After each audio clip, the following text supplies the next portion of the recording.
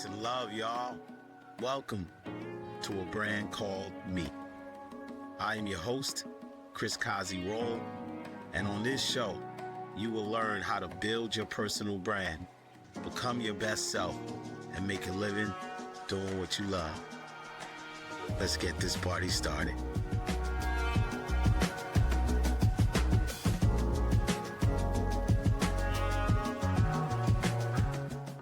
Peace and love, y'all. Chris Cosby here. Hope all is well. I have not been doing podcasts for a long time, but I have been talking to people a long time.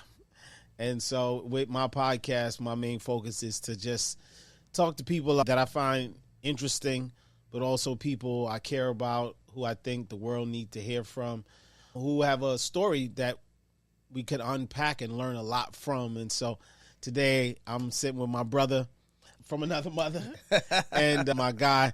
We have a long history together, which we're going to take y'all through, but there's a lot to learn and be inspired by. My brother, Supanova Slom. Woo! Salute. Yes, yeah, man. yes. So, we could jump right into it, man. I wanted to talk to you specifically around being a multi-hyphenate. Yeah. You know, with this podcast, my main focus is to encourage people to be themselves more. We are in a different era, the age of the influencer, the age of, I call it the economy of me, where you can make money just being yourself. Yeah. But so many of us come from a time, or still in a time, where everything in society, the television is saying to be other than yourself, or you have to be in a box. And, I want to encourage people that, who you really are is enough and it's incredible, and how to be unique. And I feel like you're a great example of just being your unique self. So let's first start off with the name, Supanova Slom. How did you get that name? Supanova is a power name that my mother gave me at 5 years old. She said, my mother, Queen of Ford, said she was observing me for the first 5 years of my life. She felt that my name, and her observation, was an illuminate one, a shining one. And she said, as I became more older and grew in life, that one day I'll have the audacity or the courage to claim it. And she's told me not to reveal it until I really felt that I could stand with it, SLOM is an acronym for Star Lord Original Medicine. It's what I added onto my affirmation as an MC in the early 90s. And when I decided to be known as Supanova, and really wanted to now use it as a way to show that I am a shining being in my art, so it wasn't necessarily a rap name, but it became part of my art and my creativity, just me standing out and showing that. And so do you remember when you, like your mom said, well, wait, don't reveal it yet. Do you remember when you said, all right, I'm going to reveal it? Yeah. I think I was when I left New York, after I had a moment of just wilding in the street, boosting and game banging and just, selling guns. I was really just caught up in a lot of madness in the streets in the 90s in Brooklyn. Being a youth at that time was very challenging. It was a rite of passage for a lot of us. Even though I was raised in an environment where mother was a leading holistic figure and my father, unfortunately, succumbed to crack cocaine early on, I did have other men, positive examples. My first stepfather, Baba Phil, Reverend Valentine, and my current stepfather, Baba Heru, Senator Baba Samaj. And I had those examples, but I think my father journeying into that rites of passage where he was dealing with substance abuse and me wanting to show that I could thrive in the lower realms that he was in, the streets. I think I was attracted to that, even though I came from a more stable environment. The other side of my parent was unstable. So one parent was stable, one was unstable, So I was kind of going through that back and forth and almost losing my life in the streets. I left to go down south to finish my last year and a half in high school. So I was around 16, almost 17, I think, between 16 and 17 is when I decided I was going to stand on it. I was away from New York. I was down south, finishing up high school, and I was almost like a reset, allowed me to really return to some of the original principles that my elders instilled in me. And I felt that taking on the attribute Supanova, that my mom gave me when I was real small, would encourage me to just continue to stand on that example as a shining one, away from the shadow self that I was battling. You know, trying to show up to my father in that whole environment. Standing now on Supanova allowed me to really stand like my mom said in my power name, and remind myself. It was more like reminding myself that I had that which in me had access to. I just had to apply it. You know, so having a name like Supanova, Slom, that even fit, you know, as a dope rap name. When did you embrace that as your name in the hip hop music business? When I was 17, that's when I took it on and said, okay, I'm going to use it as an expression for my arts. And so that point on, I just kept moving on that, finding ways to communicate aspects of my art as a shining one, like the reflection of my name. Yeah. Well, let's talk about that journey. So in the music business, I find that like when you first start, you're usually like looking out there. Similar, we talked about, you know, Phil Valentine, Baba, your pops, you know, the impressions that were put on you. Who inspired you early on when you were trying to figure out who Supanova is as a rapper? Oh, wow. That's kind of hard because It's a lot of different ones, but let me see a top 10. You know. Okay, so I would say Pharoah Monch for intricacy, Busta Rhymes for high energy and dynamics, Jay-Z for swag, Tupac for charisma, Twista for mobility and dexterity. That's my top 5 lineup that really helped me. You know, there were others, but I would just say around that time when I'm 17, between 17 and 19, I would say those were the ones that really helped me really just gain a diverse way that I wanted to be not only a diverse MC, but an entertainer. My first live performance, I performed at the legendary rock punk club called CBGB's. You know, CBGB's. In Bowery, right? Yeah, and my first performance there, I was like 12 or 13 and rapping in front of backing by a rock band. So my first forays were a little bigger and different. Not necessarily I was better than anybody, but it was a different way that I presented and saw as a performance artist. And so I just try to bring that into and everybody was rapping, you know, and it was very competitive. So how could I create something that was different and stand out, whether how I dressed, how I would perform. Like I wanted to always distinguish myself because there was always so many other dope, you know, acts, dope MCs. And how could you have people remember you and talk about you? You had to have something unique, you know? So. There's a hyper masculinity, I guess that's what folks call it, within hip hop. And sometimes to fully express yourself, you kind of like, you got to go against some of that, you know? So, you know, if you are looking at Prince and Michael, and then you're in rap and you rocking with rock band, like, so how'd you merge all of that together? And were there any hurdles in terms of whether it's internal or external to put yourself out there as this thing that's unique and different? Well, yeah, the hurdles is just believing in yourself and being different. Michael and Prince, the bigness that they represented was multi-class, multi-generational. Women was a big audience. So for me, I played into it. It's like, okay, well, you know, I know how to rap. I know how to sing. I have a presence. I'm considered a pretty boy. So I use all of the different things. Maybe people try to play me. I would incorporate into my thing. Right. I'm hype. He's hype. Yep. I'm going to put the hypeness in there. He's different, strange. I'm going to make sure I look like that.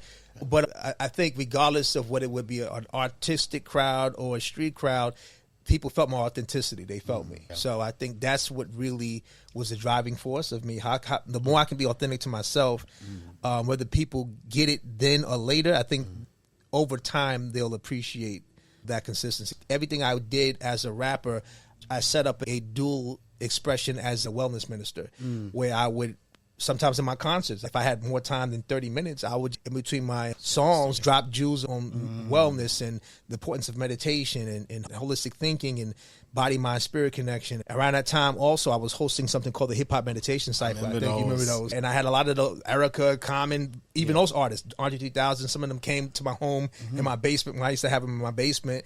And I wanted to do that because I wanted to give, at the time, this is the 90s, I wanted to give artists that I admired tools that they could use while they were traveling, alternatives from drinking and smoking, because you know that could be, you know, where one gets relaxation and resolve from, but ultimately that lifestyle starts to catch up, right? So I wanted to share other ways that artists can use tools for anxiety and depression and just self-care modalities that they can incorporate. So that's why I did the Hip Hop Meditation Cycles, and they were phenomenal. And I really wanted to find a way to make the message bigger about holistic wellness for the hip hop generation, because I started to see that a lot of the younger people were getting sicker younger.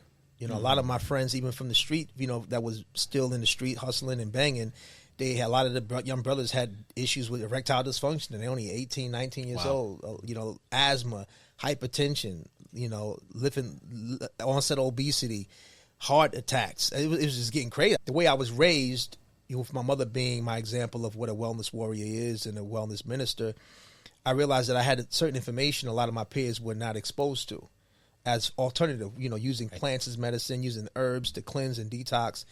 And so I said, you know, I need to really find a way to illuminate this message because I want to be not only an MC and an artist, but I would like to contribute to my generation with this wellness information I was raised with, you know. Right.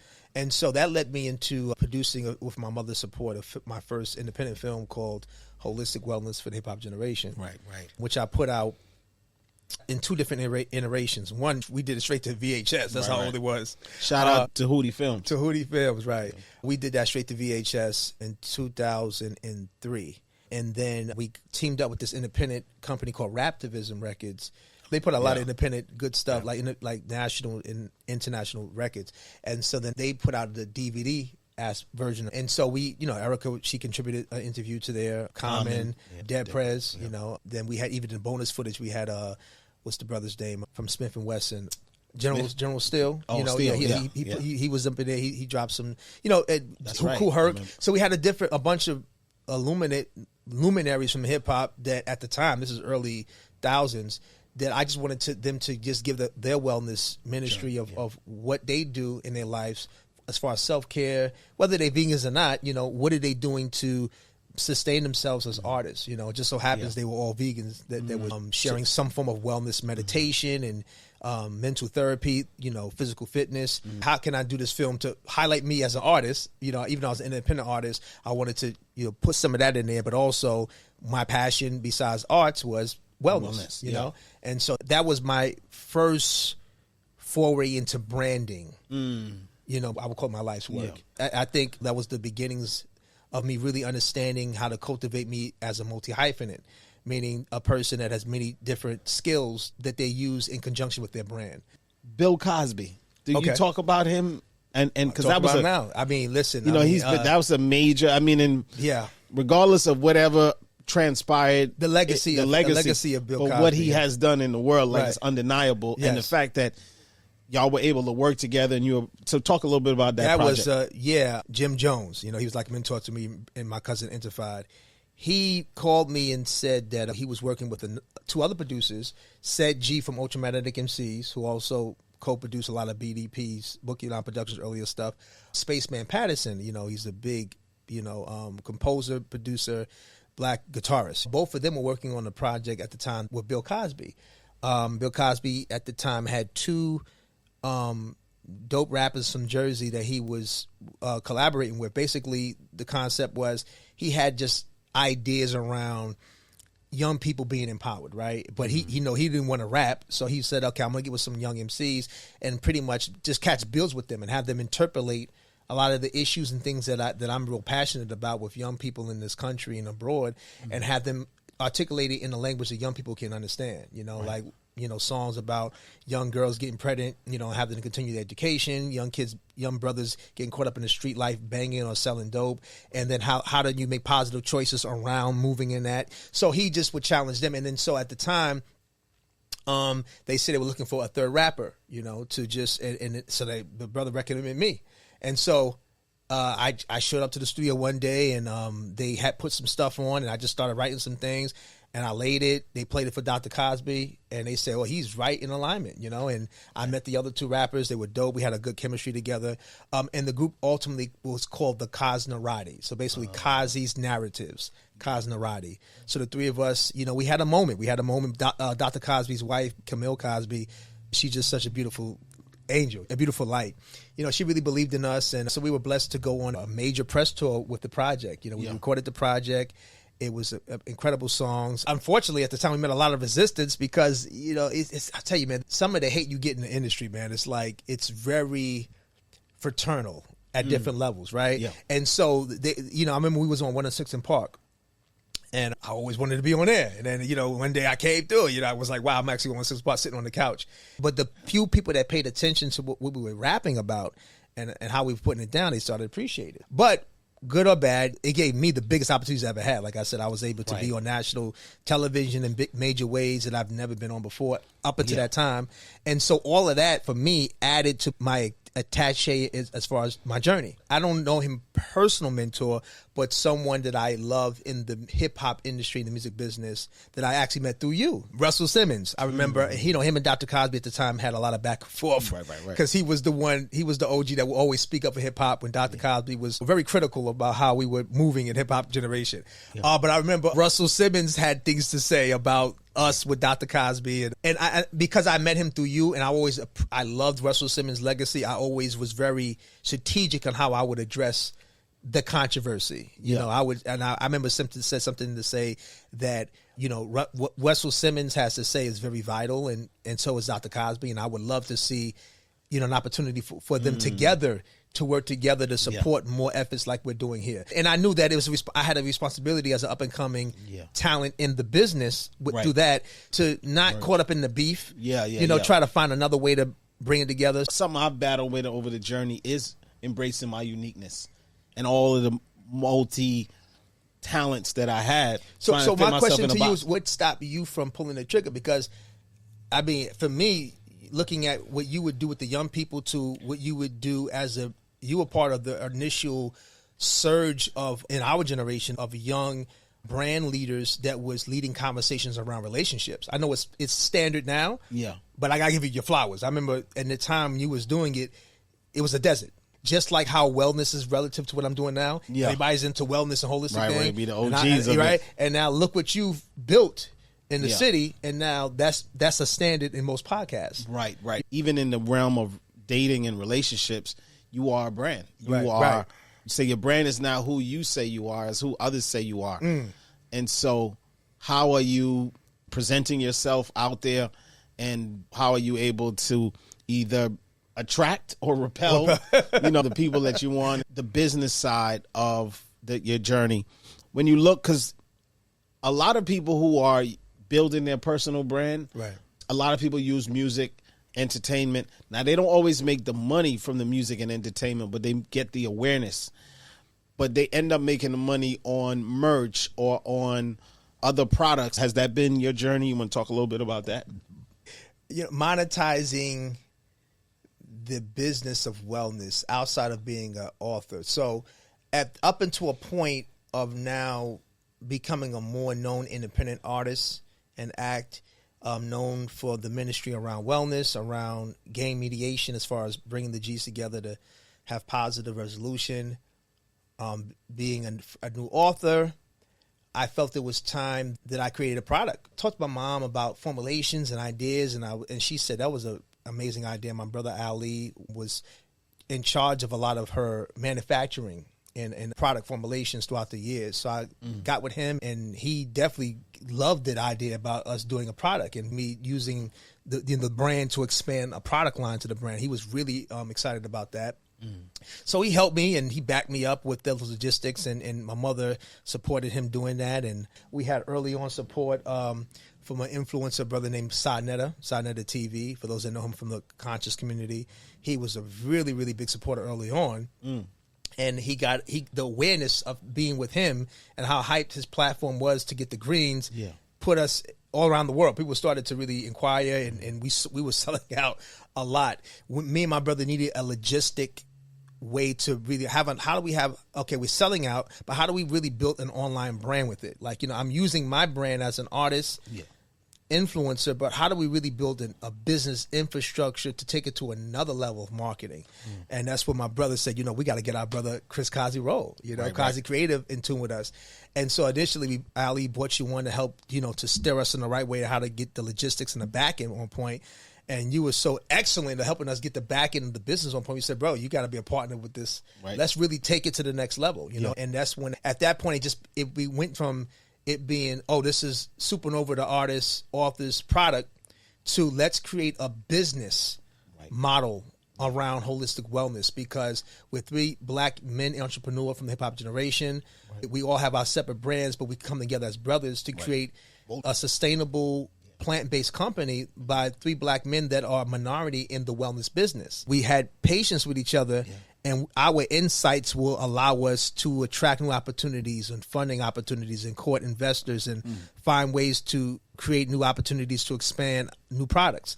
If any of you out there are working on your brand, your team, whether it be 2 or 3 people or 20, 30 people, your team and having an effective team is very important for success. Talk a little bit about that, because there was some transition too around the aesthetic. Yeah, I remember it was the original label was just like a sunshine and some greens. It was grassroots. It was something, but to me, I think the initial label just conveyed what we were trying to do. It was real basic. But when we got to the point where we were selling out and we had to go to the factory, we knew that we had to now do a facelift. Right. You know, I remember me and you initially consulted with my ex-wife, Layla Delia. One of Layla's golden eyes is aesthetics. Like that's what she's known for outside of her ministry and holistic arts. And, you know, the three of us would go back and forth with different, you know, concepts of color and this and that. So I know she was in a lot of our early discussions or how we should take the design to a level, you know, to really scale up to a high-end audience. You know, we wanted to stand out, especially being 3 black men in the wellness space in that industry. We're the minority. You know, it's really Caucasian and Asiatic brothers that are very much the 4 leaders of that industry. So we wanted to create our distinction in the beginning, you know, and just build that from the bottom up. What is a multi-hyphenate, and how have that term, that idea, help to fully round out all the different parts of yourself? Yes, a multi-hyphenate is a man or woman that has multiple skill-based experiences that tie into his or her brand, right? Going to my Instagram short bio, it would say Supanova Slom, multi-hyphenate, best-selling author, vegan bodybuilder, combat veteran, artist, musician, influencer. That's the journey, you know. Before the internet like that, I've always been an influence in my community. I've been into physical fitness and growing my size. People that know me from the 90s and early thousands, I was not this big, this muscular. Learning my body and loving strength training, I got to really experience that side of myself. So I got really passionate about physical fitness. I served the country in a combat capacity as a serviceman in the Army. And I'm an author of a couple of powerful holistic wellness contributions. Yeah. And I'm an artist. They all support the various aspects of my expression. When I look back at all of the journey, I've always said I'm going to donate 110% of myself to each and every one of these expressions. Whichever one breaks is going to bring everything else up. You know, even me being an entrepreneur with you and Ali, you know, us being entrepreneurs with our plant-based wellness business, supplement business. You know, it's like I figured, why not just, you know, strengthen all areas of myself and let them work in tandem to support each other. Whichever one is the one that's going to pop to take it to the next level, everything comes up. Got you. Yeah. What do you say to somebody who says, you're doing too much? Why don't you just be that? Why don't you just be this? You know, what do you say to that? They've been saying that my whole life. But now when you look on the internet, everybody's doing too much. TikTok is about doing too much. Okay. Instagram, everybody's doing too much. Everybody literally is doing too much. Yeah. And now I remember having those conversations with industry gatekeepers in the 90s and early thousands. You know, you focus on this, you focus on that. Listen, you know, I'm so happy I just stayed true to myself, because now I'm here talking to you. And look how I'm able to show a whole entire holistic journey of myself, you know, and had I dumbed down and didn't do that and didn't believe in myself, I wouldn't be able to really be an example of what does it look like when one stands up for his or her signal, you know, and staying true. Now, you know, so you've always been an inspiration to me, particularly around that, because I've always had multiple talents and trying to just be one thing and feeling bad that I can't, that I want to do this and I want to do that. And, you know, so, you know, you can look in that camera right there and say, yeah, what do you say to somebody that have all this talent and they feel conflicted that they have to choose one? What do you say to that person? Well, I would say focus on the part of your talent that you're most confident with, and then find unique ways to incorporate other aspects of yourself in that main context, right? So let's say you really want to rap, but you're a thespian, you're an actor or actress, right? And you want to rap so great, but you just never did it, right? Maybe you do a one-man or woman show. And you find in the monologues of being a thespian, you may spit 6 scenes there to be an inflection, right? So that's one example. But again, you find your medium, and once you've built that confidence in that medium, then you just incorporate different aspects of yourself into the medium. If you're into foods and nutrition like myself, right?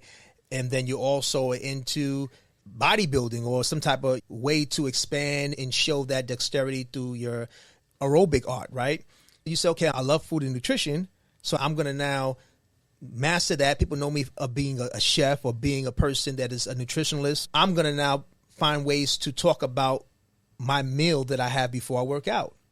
So now you see you've found the way to incorporate one passion into the next. You started with health and wellness and food and nutrition. People are excited about that. But then all of a sudden people say, hey, man, you know, I've been seeing your size changing. You're looking good. What do you do? And now you didn't think that you were going to be able to have that brand ready to deploy, but you incorporate. Maybe you're doing some pull-ups and push-ups. Talk about the benefits of that. And then what do you eat before your pull-ups and push-ups and after? My point is saying whatever medium you have, brother or sister out there, build it, strengthened by it, be very confident, and find ways to integrate aspects of yourself, your full self, maybe the stuff that nobody knows about yet. Find unique ways to incorporate that. And you'll be surprised how you'll learn yourself and how the confidence will get more. And you may build another aspect of your brand and really become a multi-hyphenate. Salute. On that note, I want to thank my brother Supanova for coming on the Thank you, brother. coming on the show. And you want to tell folks where they can follow you? Yes, Supanova Slom across all mediums, SUPANOVA SLOM, Supanova Slom across all handles. And you can check out our wellness supplement company, Super Mega Foods, SUPAMegafoods.com. Thank you, Kaz. Salute. Wellness salute, brother. Salute, brother. I say. Yes, love.